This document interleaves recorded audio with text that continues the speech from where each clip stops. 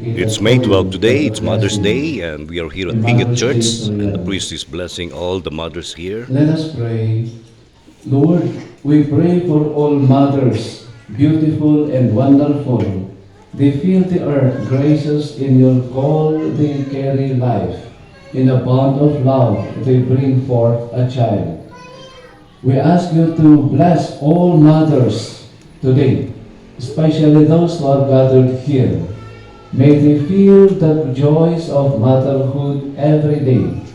In all their struggles,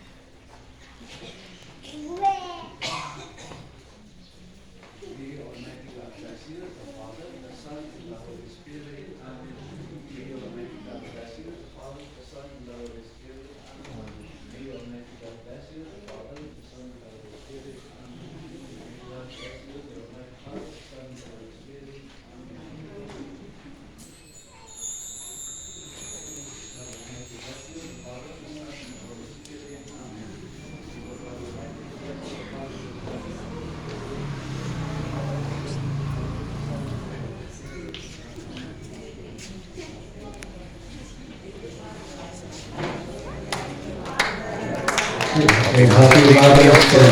Happy Mother's Day. Ibalita din, natin maobserban niyo. Nawangwangan tito kaw.